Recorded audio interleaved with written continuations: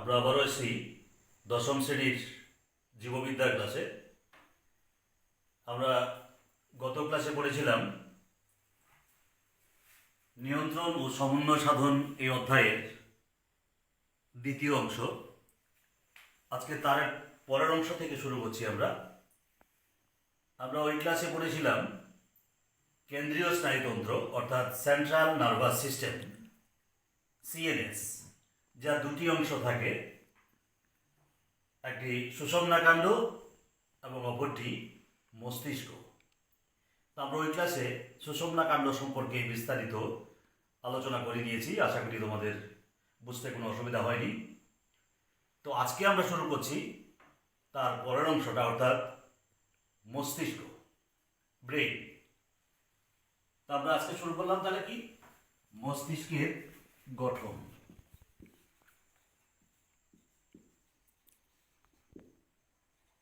মস্তিষ্কের গঠন, structure of brain. মস্তিষ্ক আমরা জানি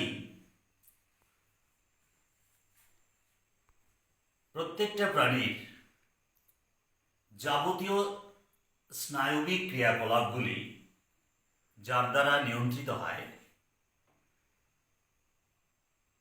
সেই হলো কে, মস্তিষ্ক বা ব্রেন।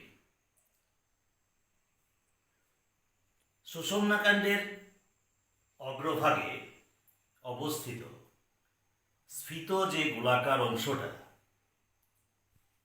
যেটা অস্থি নির্মিত করুটির মধ্যে সুরক্ষিত অবস্থায় থাকে এবং যার দ্বারা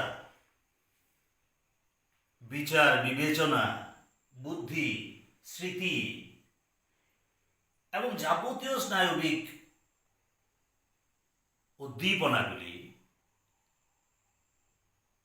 সংঘটিত হয়, নিয়ন্ত্রিত হয়, তাকে আমরা মস্তিষ্ক বলি।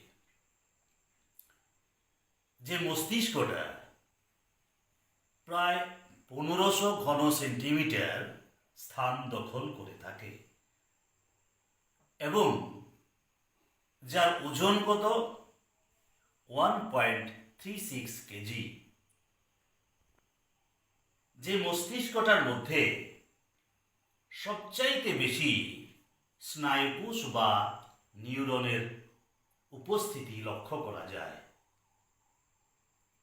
এবং এতে প্রায় 10 শতকোটি স্নায়ুকোষ থাকে। কত বললাম? 10 শতকোটি স্নায়ুকোষ থাকে আমাদের এই মস্তিষ্কের মধ্যে। আর এই মস্তিষ্কটাকে বাইরের দিকে একটা ত্রিস্তরীয় আবরণ দ্বারা আবৃত করে রাখে, যাতে গিয়ে সে অস্থি নির্মিত যে করুটি থাকে তার সঙ্গে ঘর্ষণজনিত কোনো আঘাত না পায়। যে ত্রিস্তরীয় আবরণটাকে আমরা কি বলি? মেনিনজেস বলি। কি বললাম? মেনিনজেস। তার যে তিনটা স্তর কি কি? ডোরা ম্যাটার,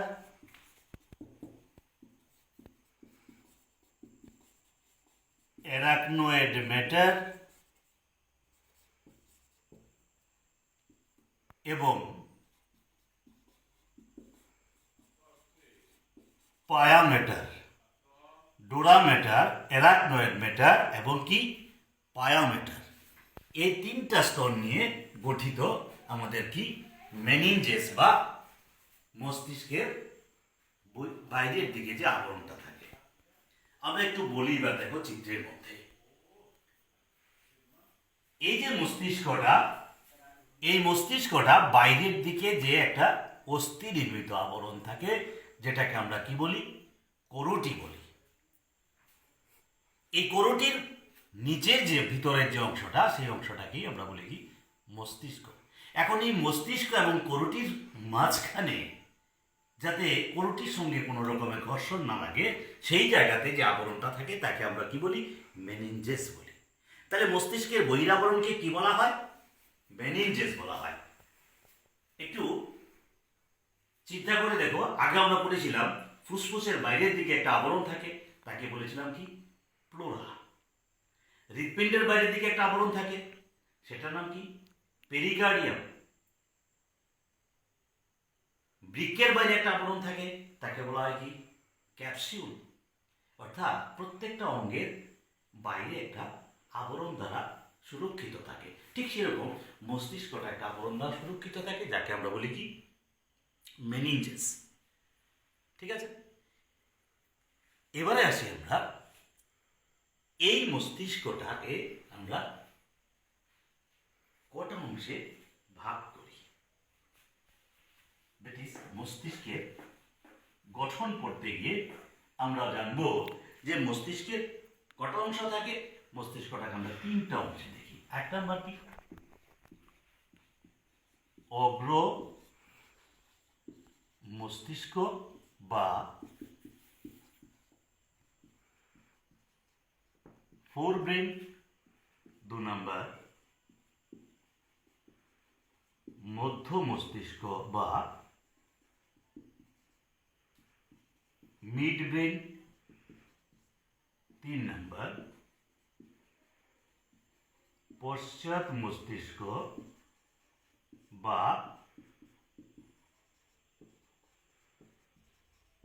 হাইন্ড ব্রেন। তাহলে মস্তিষ্কের কটা অংশ বললাম? 3টে অংশ, অগ্র মস্তিষ্ক, মধ্য মস্তিষ্ক এবং কি? পশ্চাৎ মস্তিষ্ক। আমরা প্রথমে আসি অগ্র মস্তিষ্কের কথা। সবচাইতে বৃহত্তম যে অংশটা, সেটাই কিন্তু মস্তিষ্কের অগ্র মস্তিষ্ক। যে অগ্র মস্তিষ্কের মধ্যে আবার 3টে অংশ থাকে। কি কি অংশ থাকে? 1 নম্বর গুরু মস্তিষ্ক, বি থ্যালামাস, সি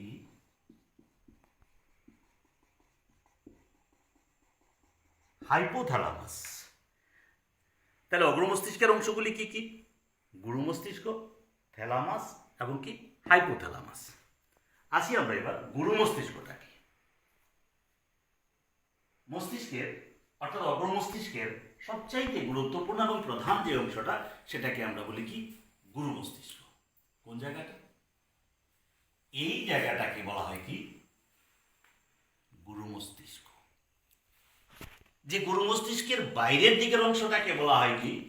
কর্টেক্স। এবং অভ্যন্তরীণ অংশটাকে বলা হয় কি? মেডাল। আর এই কর্টেক্স অঞ্চলে কতগুলি খাজ বা সালকাস এবং ভাজ বা জাইরাস থাকে। দ্যাট ইজ, খাঁজ কাটা কতগুলি অংশ থাকে এবং ভাঁজ ভাঁজ করা থাকে এই গুরু মস্তিষ্কের সমগ্র অংশটাকে। এই গুরু মস্তিষ্কটা আবার 2টা গোলার্ধে বিভক্ত, একটা বাম গোলার্ধ, একটা ডান গোলার্ধ। তবে এই গোলার্ধ 2টা আবার একটা যোজক দ্বারা যুক্ত থাকে, যেটাকে আমরা বলি কি? Corpus callosum. এই যে যোজকটা, সেটাকে বলা হয় কি? Corpus callosum. যে কর্পাস ক্যালোসামটা কি করে? গুরু মস্তিষ্কের বাম গোলার্ধ এবং ডান গোলার্ধকে যুক্ত করে থাকে।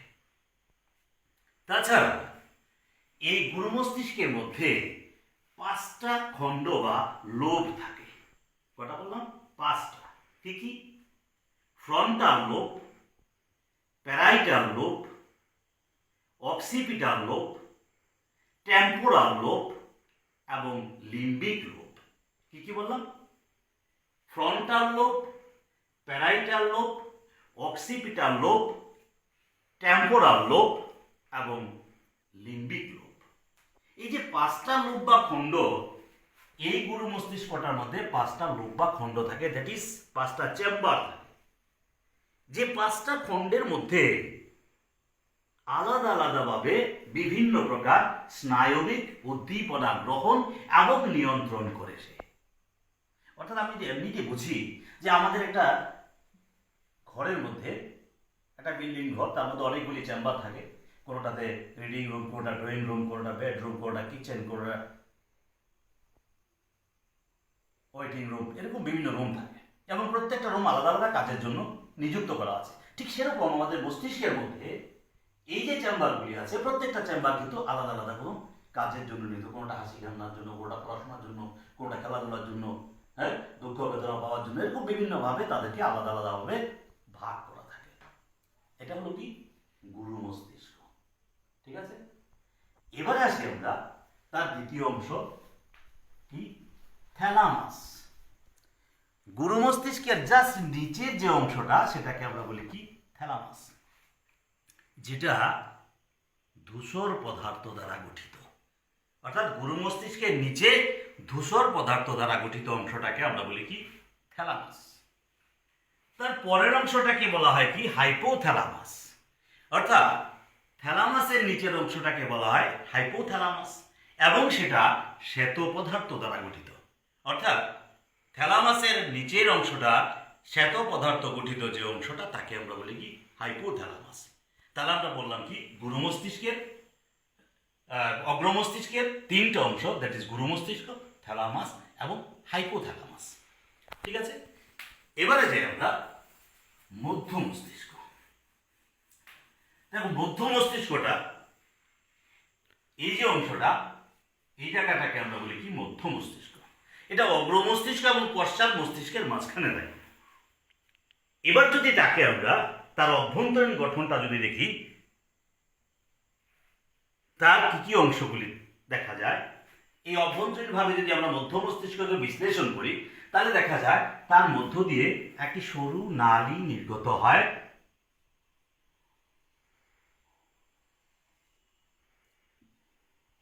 যে নালীটাকে আমরা বলি সিলিভিয়াসের নালী। এই যে নালীটা, এটাকে বলা হয় কি, সিলিভিয়াসের নালী। তাহলে মধ্য মস্তিষ্কের মধ্য দিয়ে একটি সরু নালী নির্গত হয়, যাকে আমরা বলি কি, সিলিভিয়াসের নালী। এটাকে বলা হয়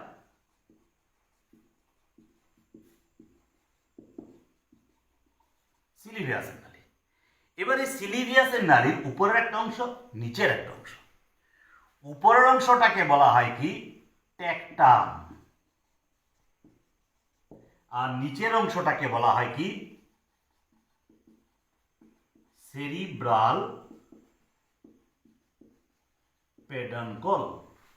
ঠিক আছে, ভাবি একটু, সিলিভিয়াসের নালী, এভাবে সিলিভিয়াসের নালী, তার উপরের অংশটাকে বলা হয় কি, টেকটাম, নিচের অংশটাকে বলা হয় কি, সেরিব্রাল পেডানকল।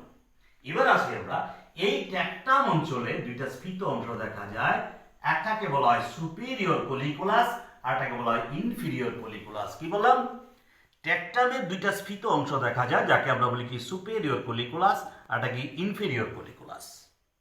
আবার এই সেরিব্রাল পেডানকল অংশ আমরা তিনটা স্তর দেখতে পাই এই জায়গা থেকে, ট্যাগমেন্টাম, সাবটেনশিয়া নিগ্রিয়া এবং বেসিস পেডানকলি।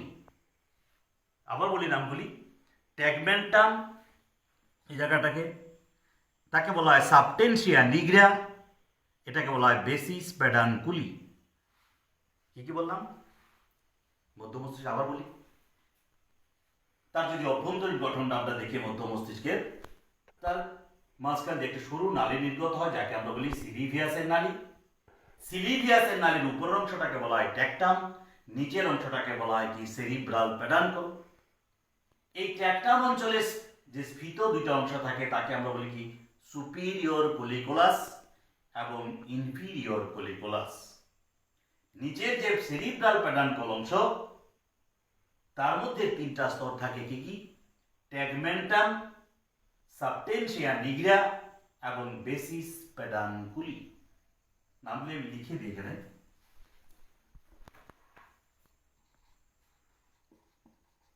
ট্যাগমেন্টাম,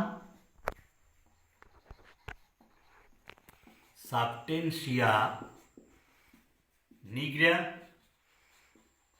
বেসিস পেডানকুলি। ঠিক আছে, আর এখানে যে দুইটা নাম আছে, এটাকে বলা হয় সুপেরিয়র কলিকুলাস এবং ইনফিরিয়র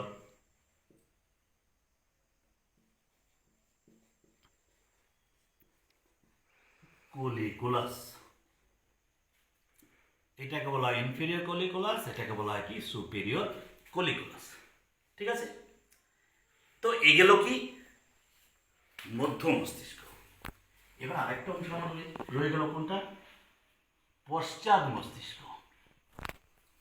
পশ্চাৎ মস্তিষ্ক অর্থাৎ অগ্র মস্তিষ্ক, মধ্য মস্তিষ্ক এবং পশ্চাৎ মস্তিষ্ক অর্থাৎ মস্তিষ্কের শেষ অংশটা, যে পশ্চাৎ মস্তিষ্কের মধ্যে আমরা আবার তিনটে অংশ দেখি। একটা কি পন্স বা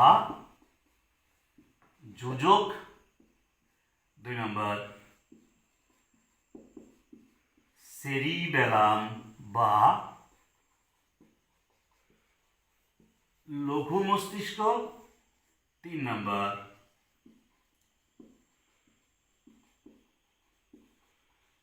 সুষুম্না শীর্ষক বা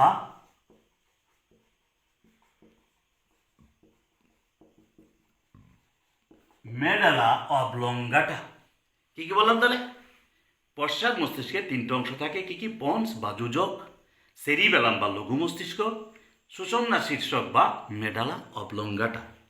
আসি বা পন্স বা যোজক কোন জায়গাটাকে, মধ্য মস্তিষ্কের নিচের যে স্ফীত অংশটা সেটাকে আমরা বলি কি পন্স বা যোজক। যোজক বলতে আমরা বুঝি কি বিভিন্ন অঙ্গের সঙ্গে সংযোগ সাধন করা। এই পন্স মস্তিষ্কের বিভিন্ন অংশগুলির সঙ্গে সংযোগ সাধন করে, তাই এটাকে আমরা যোজক বলি। ঠিক আছে, তারপরে যে অংশটা পশ্চাৎ মস্তিষ্কের সেরিবেলাম বা লঘু মস্তিষ্ক, এই যে দেখো পাতার মতো যে অংশটা সেটাকে আমরা লঘু মস্তিষ্ক বা সেরিবেলাম। এই লঘু মস্তিষ্ক বা সেরিবেলাম আবার দুইটা খণ্ড যুক্ত, এবং যে দুইটা খণ্ডকে একত্রে যুক্ত রাখে একটা যোজক, যার নাম কি ভার্মিস। অর্থাৎ ভার্মিস নামক একটা যোজকের দ্বারা লঘু মস্তিষ্কের দুইটা খণ্ডকে যুক্ত রাখে। ঠিক আছে, এগুলি মনে রাখবে যোজক। আমি এই যোজক একটা নাম বললাম ভার্মিস, এর প্রথম দিকে একটা নাম বলেছিলাম কি কর্পাস ক্যালুসাম। সেটা কি করছিল, গুরু মস্তিষ্কের দুইটা গোলার্ধকে একত্রে যুক্ত রাখছিল। এখানে কি বললাম, ভার্মিস সে কি করে লঘু মস্তিষ্কের দুইটা খণ্ডকে একত্রে যুক্ত রাখে। ঠিক আছে, আর এই লঘু মস্তিষ্কে একটা বিশেষ কাজ থাকে, আমাদের দেহের যে ভারসাম্য রক্ষা হয়। প্রশ্ন থাকে মানুষের দেহের ভারসাম্য রক্ষার জন্য কোন অংশ দায়ী মস্তিষ্কের, আমরা তখন বলি কি লঘু মস্তিষ্ক দায়ী। ঠিক আছে, এবারে আসি আমরা শেষ অংশ, দ্যাট ইজ সুষুম্না শীর্ষক বা মেডালা অবলঙ্গাটা।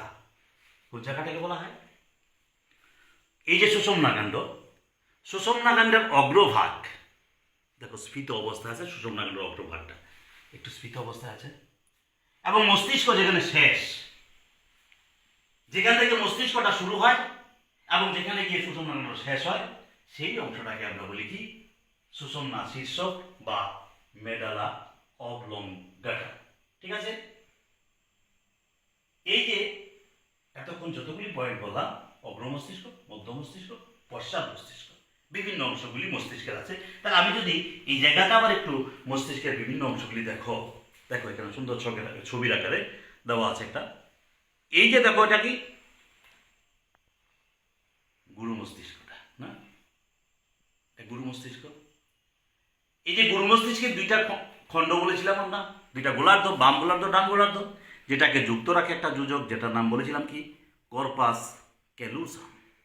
ঠিক আছে, এই গুরু মস্তিষ্কের নিচের যে অংশটা ধূসর পদার্থ নির্মিত, তাকে আমরা বলেছিলাম কি বলেছিলাম থ্যালামাস।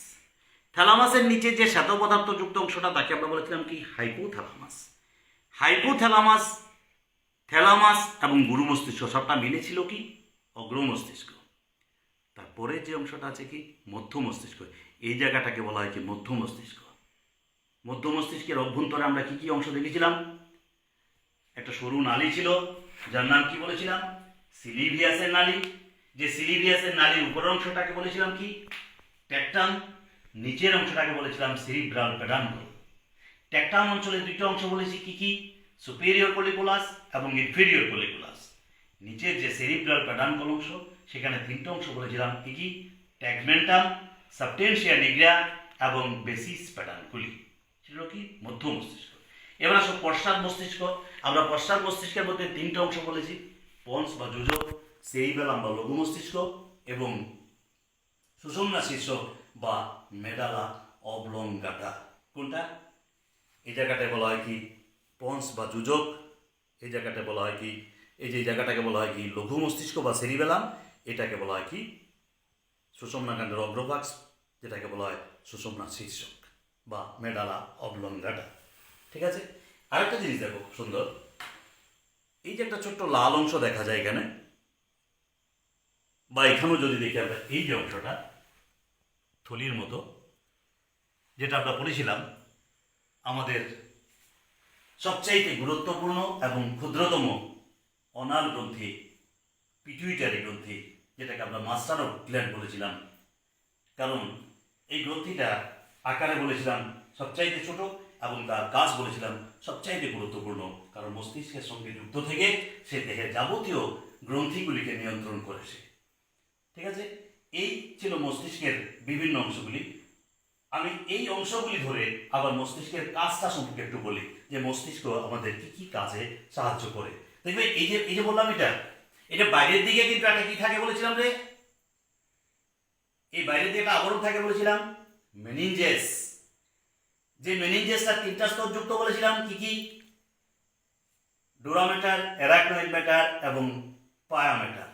এবং তার বাইরের দিকে যে অবস্থাটা থাকে, যার বাইরের দিকে যে আবরণটা থাকে, যেটাকে আমরা বলেছিলাম কি করুটি বা অস্থি নির্মিত করুটি বা স্কাল্প বা খুলি বলি। এটা এমনিতে যদি বলি, যে আমরা অনেক সময় বলি যে বাবা বলতো দেখি তোমার মাথাটা কোথায়, আমরা চট করে বলে দিই কিন্তু এটা, ছোট বাচ্চারা বলে দেয় কিন্তু এটা। ঠিক আছে। আমরা বলি হ্যাঁ ঠিক আছে মাথা, আসলে কি মাথাটা আমরা এটা একটু মাথাটাকে সুরক্ষিত রাখার জন্য একটা টুপি পরে আছি আমরা, করুটি পরে আছি। সেই করুটির ভিতরে যে অংশটা থাকে, এই যে অংশটা, সেটাকেই আমরা বলি কি মস্তিষ্ক। দ্যাট ইজ এই যে অংশটা করুটির দ্বারা সুরক্ষিত থাকে, সেটাকেই আমরা বলি কি মস্তিষ্ক। ঠিক আছে। এবার এই মস্তিষ্ক কি করে আমাদের দেহের যাবতীয় স্নায়বিক উদ্দীপনা গ্রহণ এবং নিয়ন্ত্রণ সমস্ত কাজের জন্য দায়ী কে? এই মস্তিষ্ক। হাসি, কান্না, রাগ, ভয় সমস্ত কিছু নিয়ন্ত্রণ করে এই মস্তিষ্কের দ্বারা। আমরা নৃত্য করি, দৌড়ঝাঁপ করি, ব্যায়াম করি, নিয়ন্ত্রণ করে কে? মস্তিষ্ক নিয়ন্ত্রণ করে। প্রতিবর্ত ক্রিয়া কে নিয়ন্ত্রণ করে? মস্তিষ্ক নিয়ন্ত্রণ করে। যাবতীয় স্নায়বিক উদ্দীপনাগুলি নিয়ন্ত্রণের জন্য সাহায্য করে আমাদের এই মস্তিষ্ক। দৌড়ঝাঁপ করা, কথা বলা, রাগ, অনুরাগ, ক্রোধ সমস্ত কিছু রেগুলেট করে কে? এই মস্তিষ্ক। এই কারণে আমরা মস্তিষ্কটাকে কি বলি? মগজ বলি। এবং এই মস্তিষ্কটা আমাদের যাবতীয় যত রকম স্নায়বিক উদ্দীপনা আছে, সমস্ত রকম উদ্দীপনা নিয়ন্ত্রণের জন্য সেই সাহায্য করে আমাদের। এবার যদি আমি ছোট্ট একটা ছকের আকারে দেখি এই মস্তিষ্কের মধ্যে আমরা কি কি পড়লাম, ছোট্টটা কি কি পয়েন্টসগুলি আছে আমি ছোট্ট ছকের আকারে আবার বলে দিই, তাহলে তোমাদের একটু মনে রাখতে সুবিধা হবে। যেমন আমরা বললাম যে মস্তিষ্কের কটা অংশ?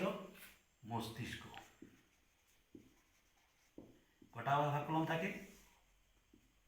1 নম্বর অগ্র মস্তিষ্ক, 2 নম্বর মধ্য মস্তিষ্ক,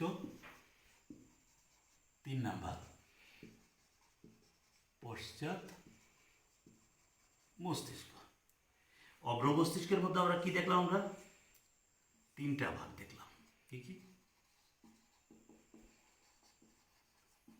গুরু মস্তিষ্ক, থ্যালামাস, হাইপোথ্যালামাস। পশ্চাৎ মস্তিষ্কের মধ্যে আমরা 3টা ভাগ দেখলাম। কি কি? পন্স বা যোজক, সেরিবেলাম বা লঘু মস্তিষ্ক, আর একটা আছে কি